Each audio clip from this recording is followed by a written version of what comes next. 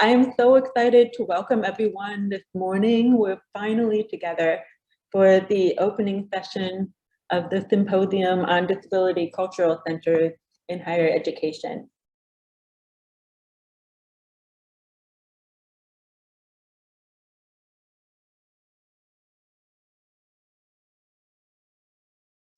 As we get settled in, I want to start with some access invitations. Please do what you need to do to make yourself comfortable in this space. You can have your camera on or off. And even if your camera is on, feel free to be joining from a comfy spot. Feel free to stretch, move around, have something to eat or drink, whatever will make this space comfortable for you. We have captions and ASL today. The ASL will be spotlighted throughout the session.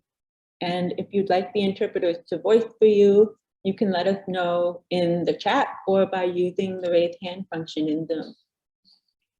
To use the captioning, you can go to the CC button at the bottom of your Zoom and select Show Subtitles. So to reduce distractions, we do have the chat closed during presentation portions of the symposium, but we will open it up during Q&A, and you can still send messages to the host and co-hosts at any time. And we really invite everyone to do that, especially if there are any access issues that we should troubleshoot. A note on recording: you should have gotten a notification when you came into the room, but we want to make sure that everyone knows that we're recording this session and most of the sessions today and tomorrow. We will be posting these on the DCC Symposium website, where we hope they can serve as a collection of wisdom for people who are also interested in these conversations. Okay, are there any adjustments that we can make before we continue?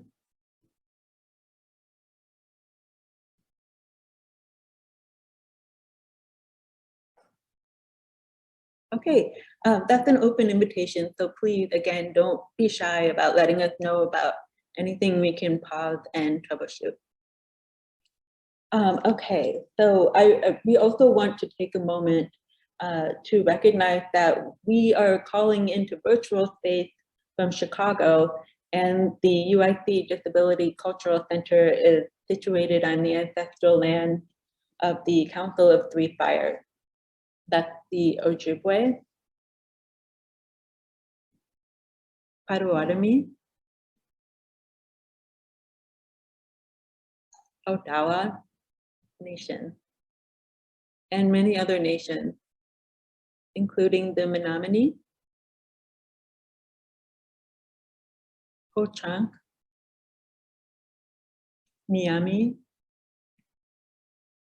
Peoria, SAIC, and FAC. The University of Illinois, as a land-grant institution, is embedded in histories of higher education profiting from forcibly stolen land and land gained from coercive treaties. So we are offering these acknowledgements to express our respect for the traditional stewards of the land that we live and work on. We offer the acknowledgement in an effort to resist the erasure of these ongoing histories. And we offer the acknowledgement to affirm the connection between disability justice and Indigenous sovereignty. So we encourage everyone gathered here to learn more about these connections in the really excellent and relatively recent issue of Disability Studies Quarterly on disability and indigeneity. Their introduction has a lot of really great resources, and I'm going to link that in the chat right now. Okay, so again, welcome everyone. I especially welcome to folks who have been kind of trickling in from the waiting room. We are so excited to finally be together. We've been working on this symposium for about a year and dreaming of it for even longer. So to introduce myself, my name is Margaret Fink. I'm the director of the University of Illinois Chicago Disability Cultural Center. I use she, her pronoun, and I identify as disabled. I'm deaf, and more recently, I've been exploring my relationship to neurodivergent identity.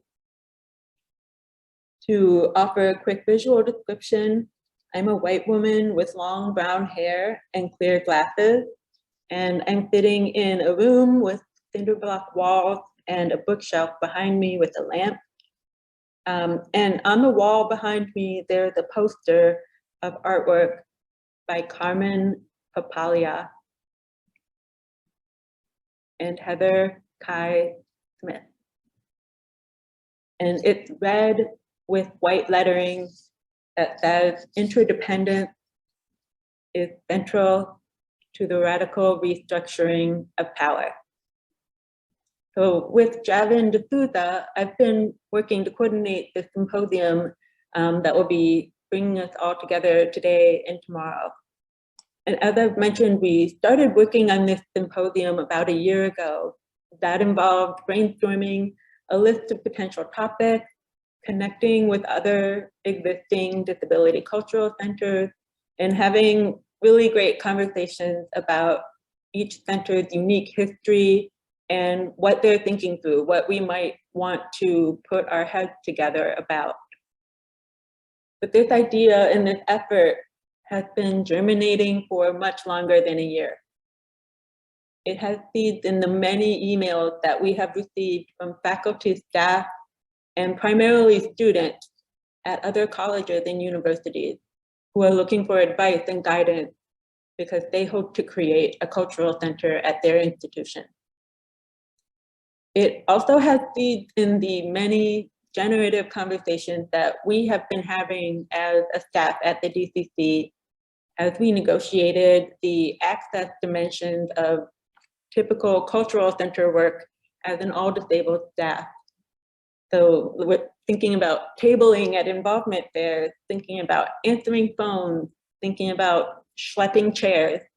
And this has been a process of disability culture in action. It's been disability hacks. It's been interdependent. And it's been working out a transformation of the template that we were leaning on as a new center. We were thinking through things like, how do we do outreach when students may disidentify from their disabilities or just don't think of it as something that connects them to a shared history, community, and culture? We talked about how do we build programs that reflect the way that we inhabit multiple intersecting identities?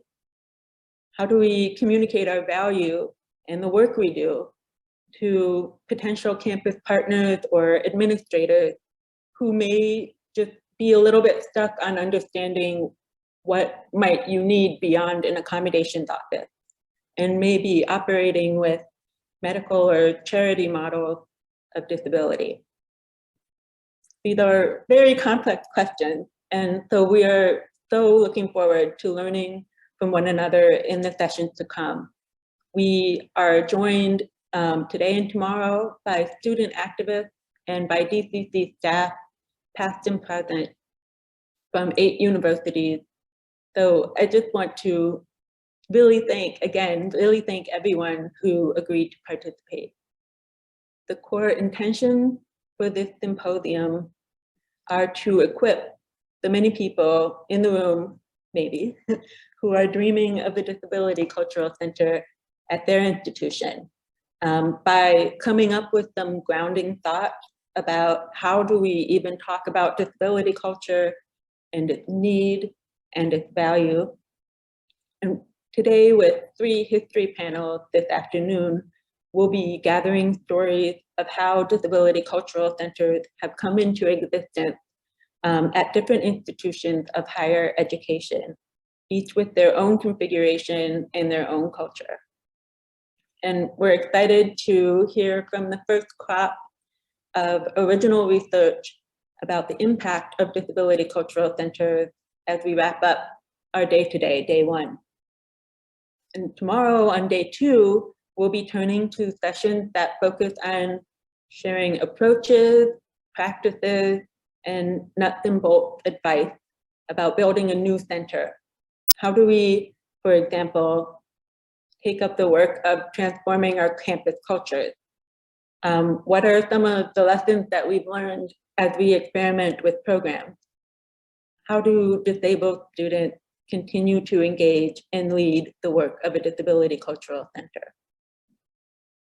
And then we'll close tomorrow with an experimental reverse panel where everyone will be invited to come, ask questions, brainstorm ideas, and co-mentor one another. So, and it's our hope that the recordings of our sessions can serve as a resource to other centers as they grow, and to ourselves as we continue to reflect on our practice, as well as to anyone who is working to build disability community and culture at their home institution. Even in the last year, as we've been preparing this gathering, we've learned of at least 3 more centers that are on the cusp of being launched, or to keep my plant-related language going, blossoming. These conversations that we'll be having today and tomorrow are building on existing efforts to articulate the arguments for disability cultural spaces on college campuses and to share practical advice. And I'm thinking of a few things. I'm thinking of the amazing article by Evelyn Chang of the University of North Carolina, Asheville. I'm thinking of the Ahead special feature by Kim Elmore, Tony Saya, and Liz Thompson, and the ongoing work by everyone at DREAM, which is a national organization by and for college students with disabilities, supported by the National Center for College Students with Disabilities. And I mention all of this in closing because I've been thinking about how important it is to set aside language of newness that's centered on being first, or in some settler colonialist ideas of trailblazing or even pioneering some supposedly blank terrain. At UIC DCC, the ground for our work has been cultivated through years of activism, education, and possibility building by a number of people and communities on our campus. Alonso Zamorón created a lovely logo for our symposium, and it has 2 stylized leaves and a circle that represent the bud. And I want to suggest that we center that story of emergence, the model of a plant with a whole root system that is shaped and nurtured in connection with a lot of other elements like the soil, the air, the rain, light being tended. That's something that feels truer to how our work unfolds in relationship to Crip ancestors, to students who started an organization years ago and students who sustained it, to other cultural centers, mentorship and solidarity, and to different disability cultural centers and disability communities at other universities supporting one another's work. I could go on, but I will stop there. And I want to thank you all again for being here, and especially to the people who will be sharing from their experiences today and tomorrow. It's also my pleasure to introduce Dr. Amalia Pallares, who is UIC's Vice Chancellor for Diversity, Equity, and Engagement, and who is an advocate and nurturer of our work. So Dr. Pallares has graciously agreed to share a few words as part of this. Welcome. So thank you, Amalia, for joining us. Thank you very much, Margaret. Welcome everybody. I am Amalia Pallares. I am an administrator and faculty at UIC, and I'm also I'm a Latina middle-aged woman with black hair, but with a lot of gray. And my background is just a photograph of downtown Chicago with UIC kind of as the backdrop. So good morning, everyone. And on behalf of the UIC community and the UIC leadership, I would like to welcome you to this historic symposium. I would also like to thank everyone who has made this possible, all the interpreters, the organizers, and especially to Margaret Fink, who's an incredible leader, visionary, and has an enormous, generous heart, all three qualities that are so important for the director of a Disability Cultural Center. It is really a great honor for me to be speaking here with you, and also to have UIC be, hosting this. It's incredibly exciting. I've been here at UIC for 26 years, mostly as a faculty, but also as an administrator, department head, associate dean, and now vice chancellor for diversity, equity, and engagement. And in 2018, 3 days before I started this position, the university, in response to years of student activism, advocacy from the disability community at UIC and protest, restructured and reorganized, moving the Disability Resource Center out of diversity and creating a new disability cultural center in diversity. So in my first week, I faced the challenge of getting a new physical center, a center space started where none existed, as well as guiding the process that would define what the center could be, what it would be. Fortunately, I had a lot of people in great spaces who helped make this happen. I had been invited to participate in a meeting with student activists and had also talked to many UIC staff and faculty, and had a sense of some of the concerns and goals of the disability community. And I learned so much, and I realized that administration had so much to learn. And this allowed me to then be able to, say something when all this happened and I started.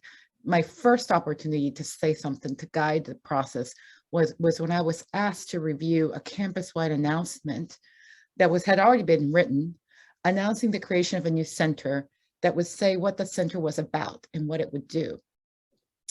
And though I knew I still had so much to learn, I knew one thing from the many voices I had heard, and that it was important to intervene. And I definitely remembered hearing many times, nothing about us without us.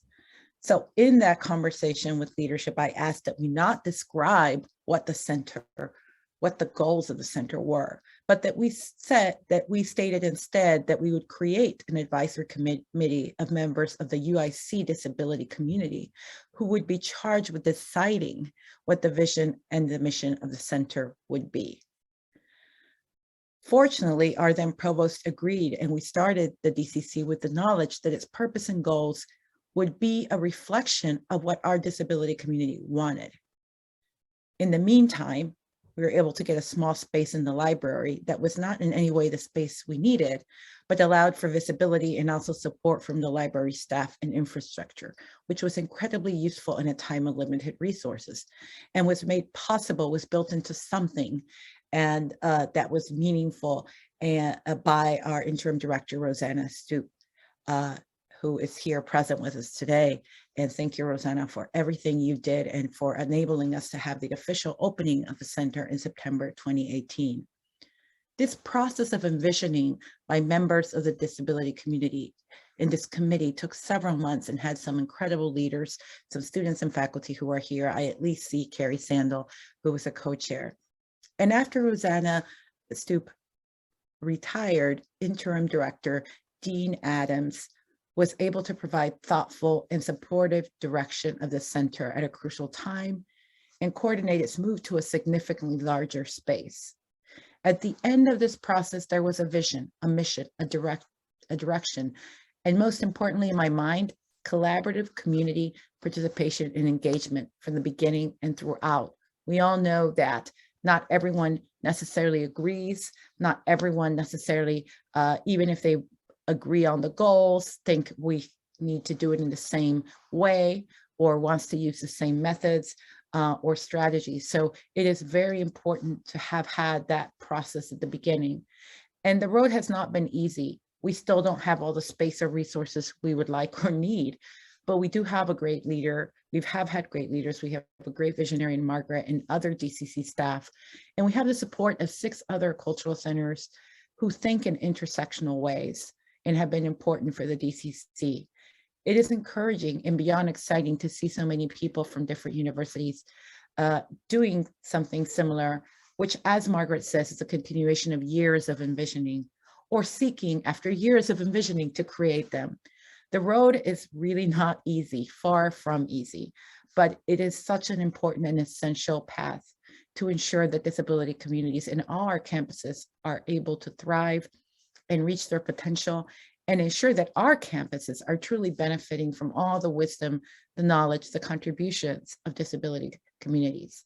I have already learned a lot from the community here at UIC, many of whom I would call warriors. I look forward to this day because we will all be dreaming together, learning from each other, sharing best strategies and practices for advocacy, for justice, and change. Thank you so much.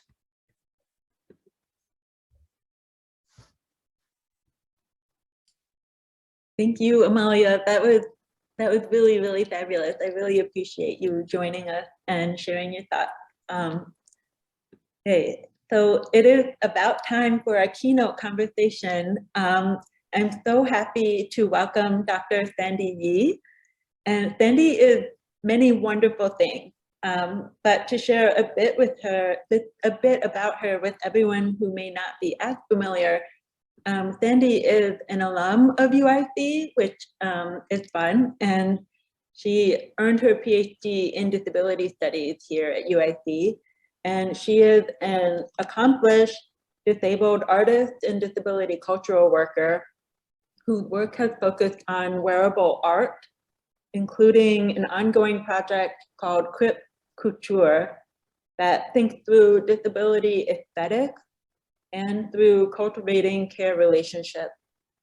She's now working as an assistant professor at the School of the Art Institute of Chicago, and she has dedicated an incredible amount of energy and care and love to building disability culture through her work as co-director of Bodies of Work, as director of the Disability Culture Activism Lab, and with the Arts and Culture Project at Access Living, which is Chicago's independent living center. So Sandie, hi.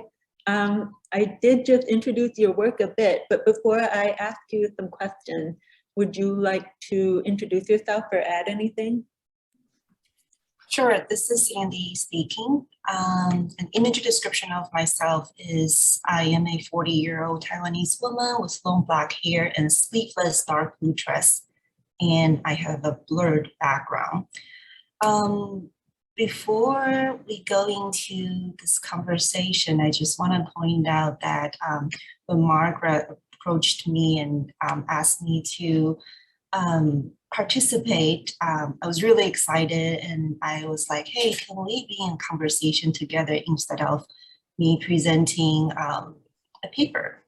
And because I believe that disability culture is about community.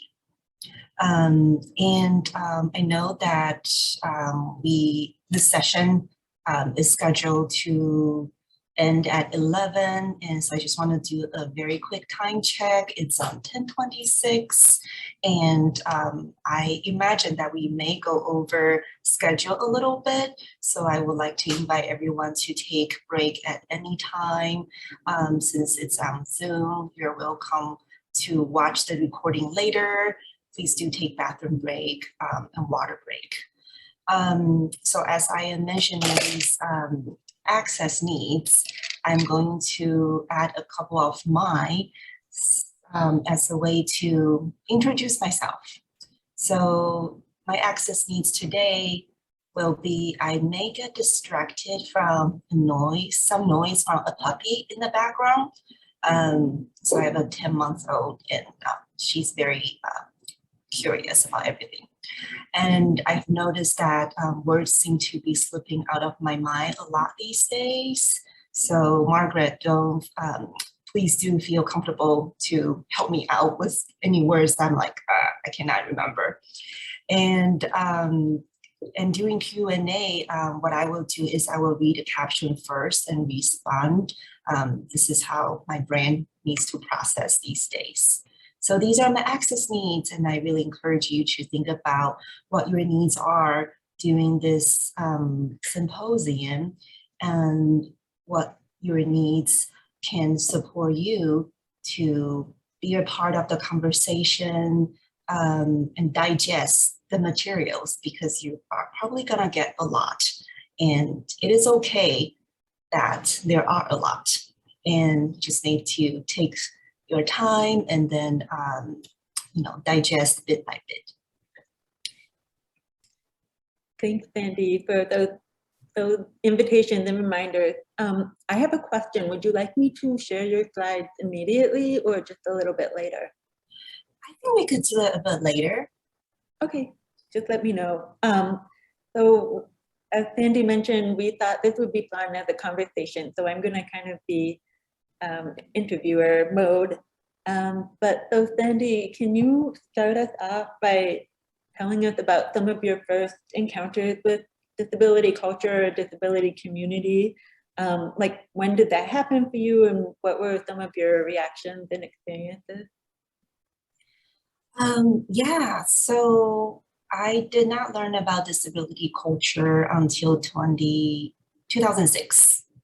And I first learned about it was right before the Bodies of Work Festival back in 2006. And I visited a FIFI's group, FE, and Empowered FIFI's, and it's a group of predominantly Black disabled women, young women support group. And so when I entered the space, I was like, oh, I don't know how I am a part of this community. When I'm hearing people saying that disability pride, I'm proud of my disability. And I'm like, oh, what does that even mean? And I physically got a huge headache just from being in the conversation, because I just didn't know how I fit. So just a little bit of background. I was born with 2 fingers and 2 toes each limb. So it runs in my family, but then in my family, we rarely talked about it. We only focus on, oh yeah, you did a really nice thing here and there. But, in a way that in my family, it's quite the norm. So you can imagine that when I enter a space where most girls were wheelchair users, and then hearing the phrase, disability pride, I was really, really confused. And then the same year, 2006, the festival, I began meeting a lot of disabled artists, disability studies scholars, and activists. And that really changed my view, and not just, eyesight view, but it's like a physical, sensorial, and it's like emotional view of this whole world. And I think it's worth mentioning that, the fact that I didn't know how to talk about disability, and the fact that the expectation was always that, you can make art, and that's so great. And despite the fact that you only have 2 fingers, you still can make it. So despite of this idea really, kind of like set everything in a way on a pedestal, like, oh, you do this because you had 2 fingers, so everything you do is like alternative to what people normally do. Or, oh, you didn't get a really good grade this semester. That's okay because you have 2 fingers. But then, getting good grade and my hands, there's no direct correlation. So with a lot of shame that I carried myself, which I had no idea until I met this group of people who really got me. Like, when I say got me, it's like, wow, I don't have to explain what it feels to be bothered by the intrusive staring. Whereas before people were like, oh, you're too sensitive. Oh my gosh, they don't mean that. But then this group of people, they really get it. And then they help me finding words to describe, yes, I was really angry. I did not know. Yes, I was really scared and all that. And a lot of time meeting with people at the festival, I was like, how do they know my experience? And it was just really refreshing to not to explain myself, and I don't have to prove my abilities either. So I came out as a disabled person in 2006. And so I was just counting the years, and this year is actually my sweet 16 as a disabled person. Congratulations, Sandie. I didn't know that. That's wonderful. Oh, I see heart emoji and a clap in the audience coming in. Oh, so do you mind just sharing a little bit more about some of the steps along the way that, in terms of maybe growing into your practice and your identity once you kind of came out as disabled? What were some of the experiences or the things that happened or the mentors that you encountered along the way? Yeah, Margaret, if you don't mind showing the first slide, and then I will walk us through. So the slides that you're about to see, I will do an image description. There are 3 images, and they were from old newspaper article. It's a Taiwanese girl with 2 fingers on each hand. She's holding a drawing and collage in her hand, looking at the camera. And the picture in the middle focuses her 2 fingers writing on paper. And then the last picture on the far right shows her cutting papers with scissors attentively. So like I mentioned very briefly about how people do focus a lot on like, can my hands function? Am I able to take care of myself, more like the function level of things? And I remember after I grew up, like I saw this article, the title was The Optimistic and Courageous Sandie Yi. And I was like, oh, what does that mean? And it is sort of the expectation of, you know, from other people that you have to be optimistic, you have to be happy, you have to show people that it's okay having a pair of different hands, don't bother me. And then I began making art about my memories during college. I did not connect with my disability experience at the time. And the more I create artwork, the more I realized that, hey, there is something, but still I did not have the vocabulary of disability in my body. And then later, you know, when I began making art, being in a conceptual art school, I actually found a place where I can really talk about my experience in a very creative way and in a very supportive way. And so, you know, I came from like people seeing me that, oh, she can make art despite of having 2 fingers, to, hey, she's an artist. And during that stage, I think the idea of abandoning disability was a good thing, because I was thinking about, oh, okay, now finally, people don't have to talk about my hands only, but my experiences are kind of like packed in my artwork, and people see me as an artist. And during that same time, I found art making was therapeutic to myself. And I decided to go into art therapy for my master's training.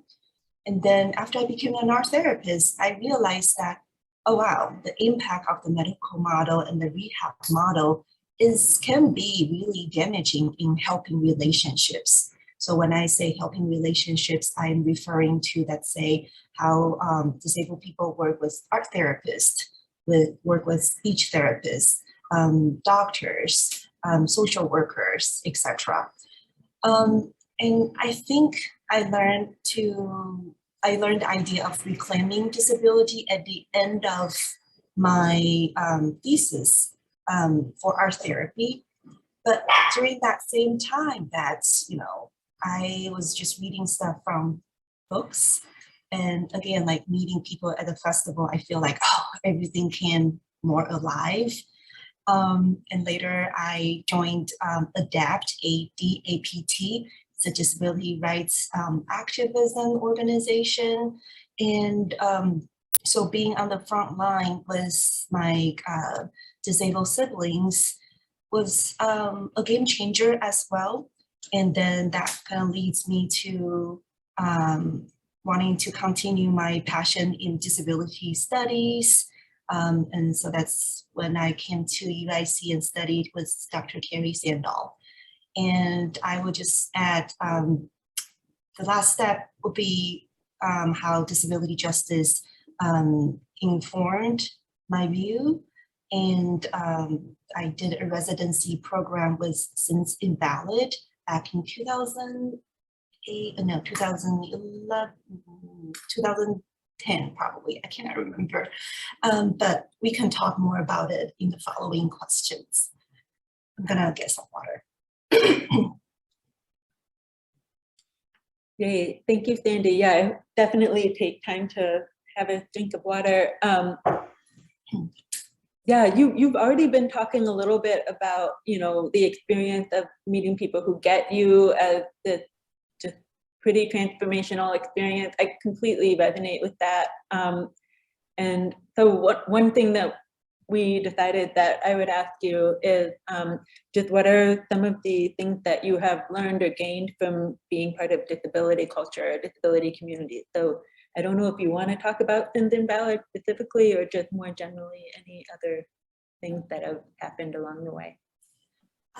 Yeah, I can provide kind of like a timeline. So if we could go to the next image.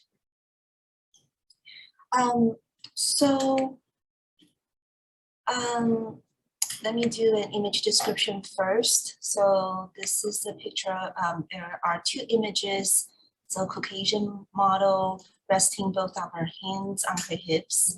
She wears a coral colored skirt and beige bandeau, which is a strip of garment covering her breasts.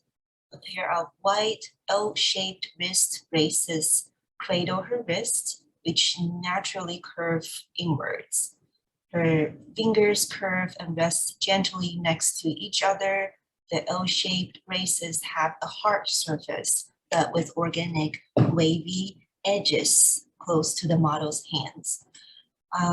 So disability, what I learned about it as a culture, it's really about validation and belongingness. This is a project I did with my good friend, also a fellow disabled artist and disability studies scholar, Sandie Taylor. So I had a conversation with Sandie about what is it like to have our different bodies as as young child, and what are the medical interventions that we have experienced and what are the impacts that they had on us. So Sandie and I began sharing conversations about, when I got surgery or when we were recommended to wear specific equipment to reshape our bodies and what our memories were. So I decided to make this pair of braces for Sandie to support her most comfortable and natural hand position, which is very different from what the doctor had asked, which was a pair of really stiff braces that was made to straighten her wrist. And it was very uncomfortable and just awful. And next image, please. So there are four close shot images of the braces. So you can see that the braces interior is lined with a soft and creamy fabric, and it's embroidered with cluster of white and pinkish French knots. So French knots are like tiny ball-shaped stitches. So I think when I make art about my fellow crib siblings' experiences, it's like a lot of time I wish that, oh, I wish I grew up with you. I wish that I was there to help you. And then they feel similar. It's like, yeah, we could have been the best friend, and then we could have been just like not care about, you know, these so-called friendly suggestions like, hey, you should really change your body, so, or you should hide your body, etc. So working with Sandie, we had a conversation about what it means to redefine health, what it means to redefine beauty, and also what does that mean for us to define it as disabled people. So a huge part of what I gain from the disability culture community is very much about finding my families and also gaining the language to name my experiences. And then, so I remember disability studies scholar Petra Koppers, who is also an artist. I met her back in 2006 during the festival, and I was just sharing my experiences with her. And again, during that time, I was still very confused about who I am, how do I fit in with this disability community, where I feel like, oh, they really know me. And, you know, it's like a little bit like, oh, am I ready to, can I, and what does that mean? And why was I feeling that my whole life was like people betrayed me, or not betrayed, people lied to me that disability is bad, disability needs cure, disability, you know, you have to work extra hard to prove yourself and all that. So I remember having a conversation, and I was like, yeah, this is my experience. And Petra said that, well, clearly you are disabled. And I was like, wow, that was kind of refreshing. But I think in the past, like I learned about disabled being oh bad and cannot do anything, you always need help. But then disabled actually means that, you know, how the oppression and the larger system oppresses and disabled us. So it's like, oh yeah, I think that's me. So it was, I think it's like a world shifting experience.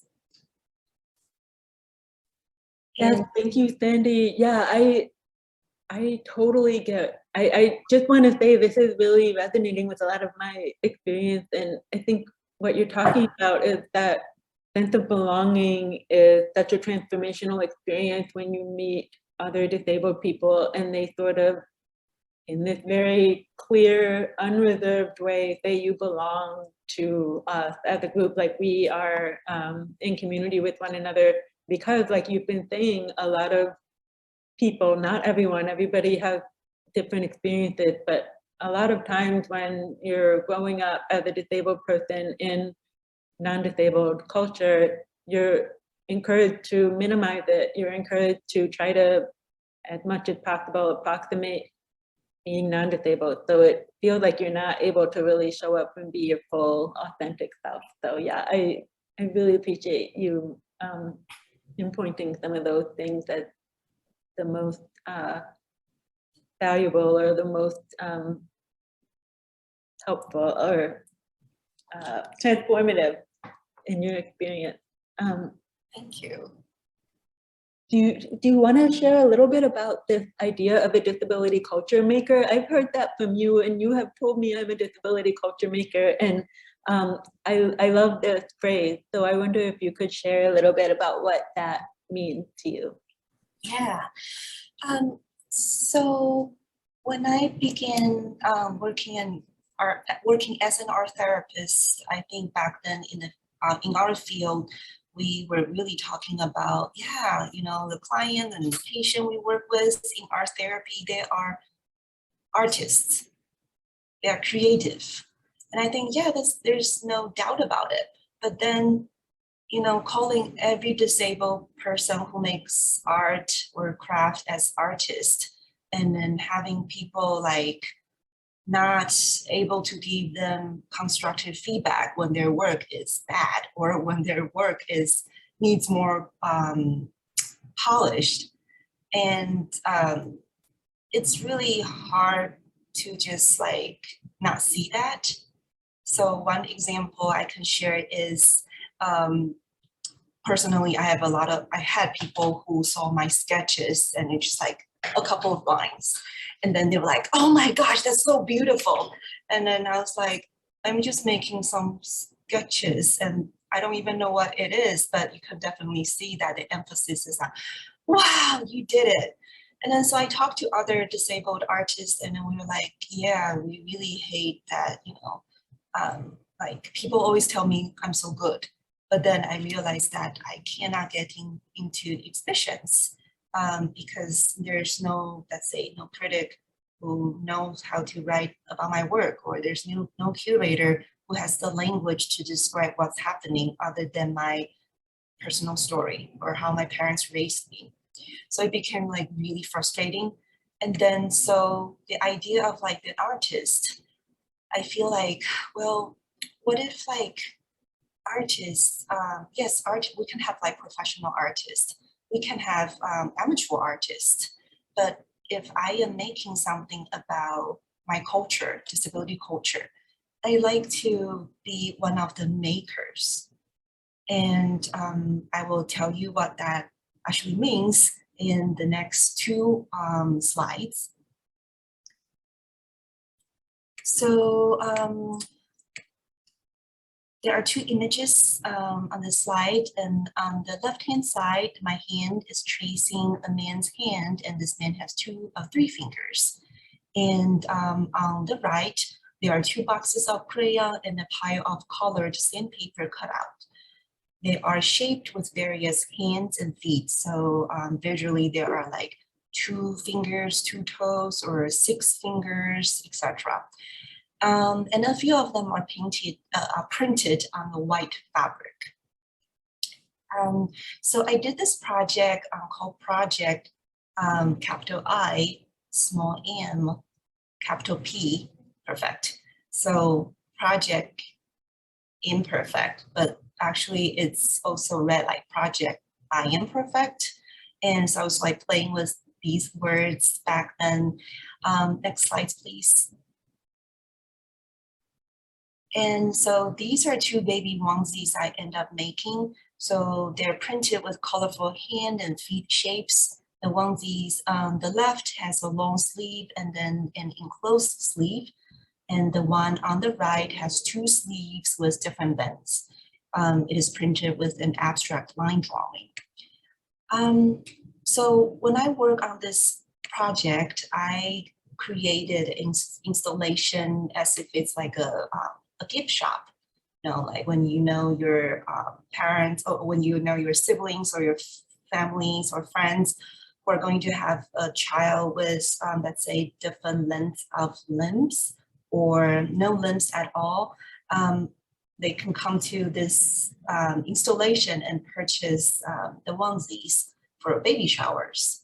And I think that time, even though I was still like trying to figure out my connection to disability, I was really thinking about, the world I want to live in doesn't really exist right now. And so the world I want to live in is a place where can we have happy tears when a child like me is born?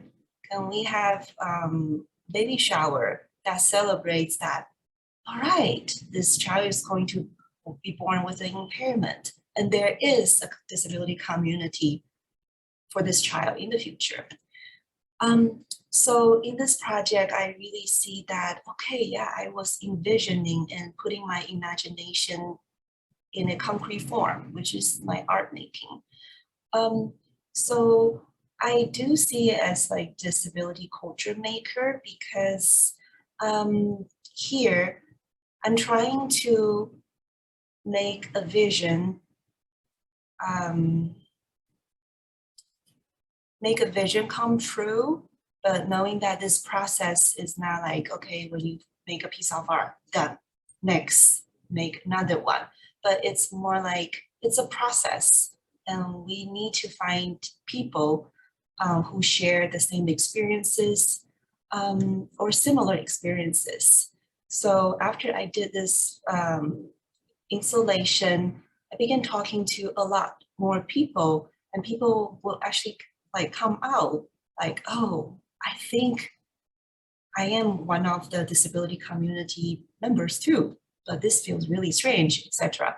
Or they will tell me that, oh, I wish that my cousin saw your work earlier because they had a tough time being bullied for having a different body, etc. So I think this idea of making also requires active thinking and active imagination with people who share similar experiences, and very much about what does that mean to put our experiences together when many of us have been told that, you know, you're the only one, and we live in isolation, or we're too afraid to talk about these experiences while we are really busy to try and like approve ourselves to the world, and which is very exhausting.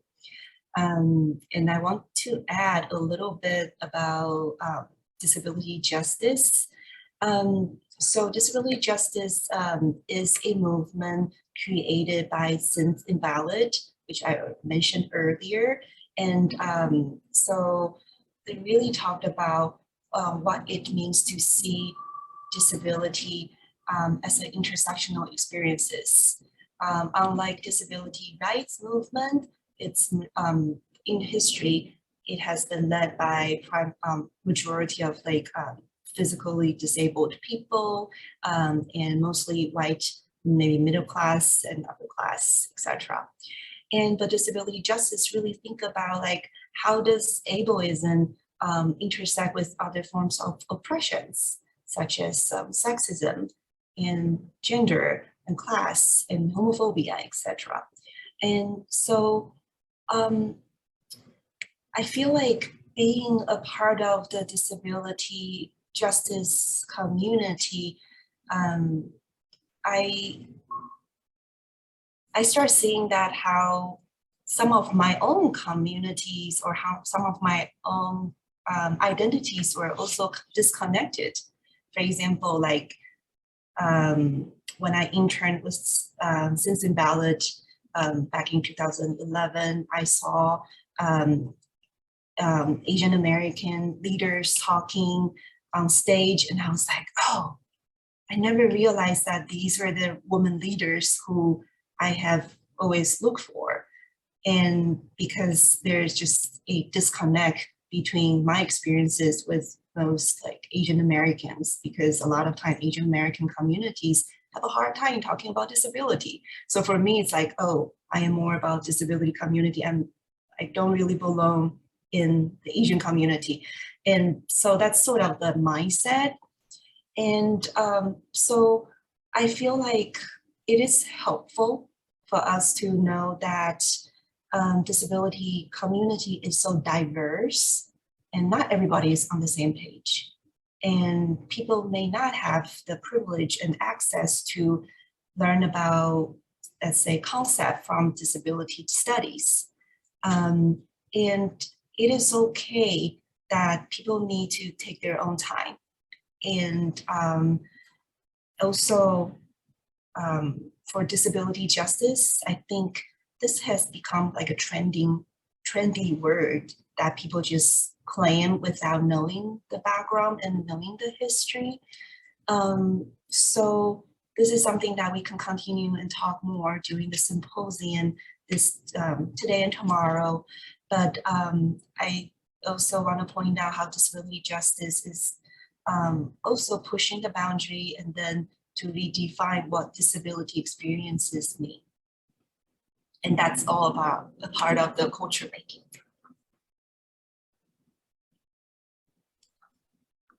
Thank you, Sandie, for those reflections. Those are maybe even, I'm looking at the time and like, I think that's a wonderful thought to end on. And, but I just also wanted to highlight or lift up something that you were saying about this project that's still on the slide with the baby onesies. It's almost like, I love the idea of disability culture makers as producing the equipment and literally making real or tangible this, as you were saying, this world that they want to see. And yeah, so thank you for that. I think it's a really helpful way to frame some of these very nuts and bolts questions that we're going to be thinking through together today and tomorrow about, you know, how do we bridge our perspective with the people we want to connect with, and how do we build these spaces for community and connection, and for dreaming this different, more accessible future. Thank you. Okay, so if it's okay with you, Sandie, I'm going to go ahead and stop the screen share. Okay, sounds good. And I want to apologize to everyone because I don't think we are going to have time for Q&A, but hopefully protecting our break will be another kind of a gift. And Sandie, just thank you so much for coming today and for sharing from your experiences and your insight. Really just so grateful that you could join us. Thank you so much, and thank you everyone. Okay, so in closing, I want to just invite everyone to, we're going to take a break. We're going to take a break for about 30 minutes before the next session. Of course, you don't have to come to every single session. But if you would like to join us again, we will be meeting at 11:30 Central, back in this main Zoom room, to hear from a panel of people who are going to be talking about their approaches to the question, why disability culture? So again, thank you everyone, and enjoy the break. We'll see you soon.